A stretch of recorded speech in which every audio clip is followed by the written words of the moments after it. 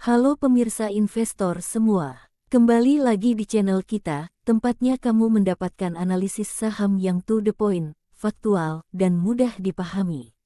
Hari ini kita akan membahas fenomena yang sedang ramai diperbincangkan di pasar modal Indonesia. Saham yang dulu sempat dibidik bisa tembus sampai Rp80.000 per lembar, tapi justru kini anjlok tajam. Apa yang terjadi? Dan yang lebih penting, apakah masih layak dibeli untuk jangka menengah panjang?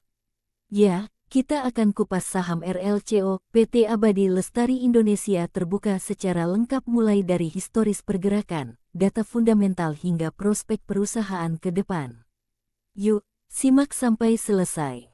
Bagian 1, siapa itu PT Abadi Lestari Indonesia Terbuka RLCO? PT Abadi Lestari Indonesia Terbuka kode saham, RLCO, adalah perusahaan yang bergerak di sektor barang konsumen primer, khususnya produk sarang burung walet olahan dan suplemen kesehatan berbasis protein. Perusahaan ini memulai usahanya sebagai eksportir sarang burung walet mentah, kemudian berkembang menjadi produsen produk superfood, seperti minuman sarang burung walet, suplemen kolagen, dan protein makanan tinggi nutrisi. Saham RLCO resmi tercatat di Bursa Efek Indonesia pada tanggal 8 Desember tahun 2025 melalui IPO dengan harga Rp168 per lembar dan jumlah saham yang tercatat 3,125 miliar lembar. Dari IPO ini, perusahaan menghimpun modal signifikan yang digunakan untuk ekspansi bisnisnya. Bagian 2, pergerakan harga saham RLCO dari IPO hingga sekarang. Saat IPO pada Desember tahun 2025, RLCO langsung menarik perhatian pasar, bahkan sempat menyentuh batas auto reject atas arah pada hari pencatatan. Data historis menunjukkan bahwa sejak harga IPO hanya Rp168, saham ini sempat melonjak tajam hingga mencapai Rp8.700 pada Januari tahun 2026, alias kenaikan ratusan kali lipat dalam waktu singkat.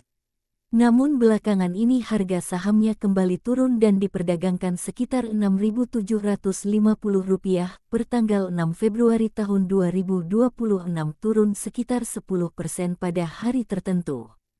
Volatilitas seperti ini menunjukkan bahwa saham RLCO termasuk sangat fluktuatif, ada momentum ekstrim naik turun dalam periode pendek, namun pergerakan harga tidak selalu mencerminkan fundamental jangka panjang. Perhatikan, saham ini sempat masuk dalam unusual market activity UMA BEI di akhir tahun lalu karena kenaikan luar biasa. Bagian 3, data fundamental dan valuasi saham RLCO. Kalau kita lihat data fundamentalnya dari platform pasar modal seperti Stockbit dan Ajaib.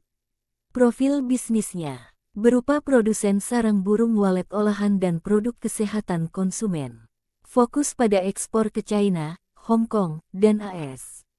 Valuasi saham saat ini, PE ratio, EPS, dan beberapa metrik finansial utama lain belum kuat tersedia atau tidak ideal karena RLCO masih dalam fase sangat awal sebagai emiten dan belum stabil secara laba jangka panjang.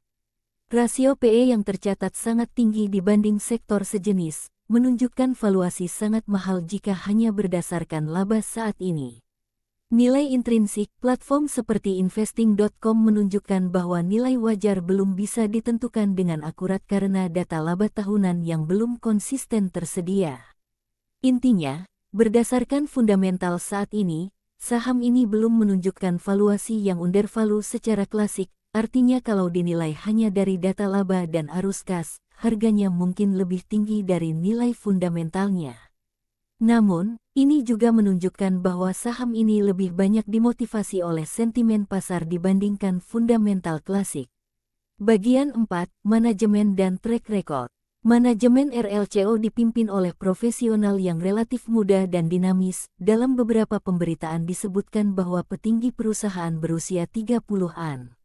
Namun dari sisi track record kinerja historis, perusahaan tergolong baru di bursa, sehingga belum ada data panjang performa laba tahunan atau distribusi dividen yang bisa dijadikan tolok ukur stabilitas atau kredibilitas jangka panjang seperti UNVR, GGRM, atau TLKM di BI.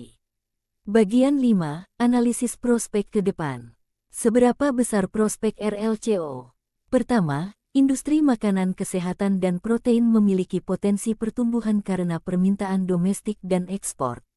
Kedua, ekspor sarang burung walet khususnya ke pasar Asia memiliki basis pasar yang besar, termasuk China. Ketiga, jika perusahaan dapat meningkatkan margin, branding, dan penetrasi pasar luar negeri, itu bisa mendukung pertumbuhan fundamentalnya.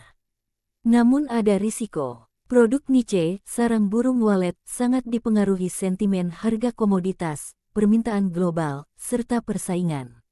Dan, volatilitas harga sahamnya menunjukkan bahwa sentimen pasar dan spekulasi menjadi faktor dominan dalam pergerakan harga. Jika dilihat jangka panjang, saham seperti RLCO lebih cocok bagi investor toleransi risiko tinggi atau trader spekulatif, bukan investor defensif yang mengandalkan arus kas stabil atau dividen. Bagian 6. Kesimpulan, layak buy atau tidak. Untuk trader dan spekulan, saham ini menarik karena volatilitasnya tinggi, bisa naik cepat dan turun tajam. Namun, palsu dari fundamental kuat alias mayoritas masih spekulatif berdasarkan sentimen. Untuk investor jangka panjang, sebaiknya berhati-hati. Belum ada fundamental stabil, laba konsisten, atau dividen yang bisa dijadikan dasar investasi konservatif. Jika kamu ingin masuk, investasi pada saham ini harus disertai manajemen risiko yang ketat. Tentukan stop loss. Jangan pakai modal utama kebutuhan hidup. Pahami bahwa volatilitas tinggi sama dengan risiko tinggi. Kalau kamu merasa video ini membantu, like dan share biar teman-teman investor lain juga tahu fakta tentang saham RLCO. Subscribe dan aktifkan notifikasi supaya kamu selalu update dengan analisis saham paling valid. Tulis di komentar, menurut kamu, apakah RLCO akan tembus Rp80.000 lagi suatu hari? Kenapa? Terima kasih sudah menonton, sampai jumpa di video berikutnya. Semoga sehat selalu dan salam sukses.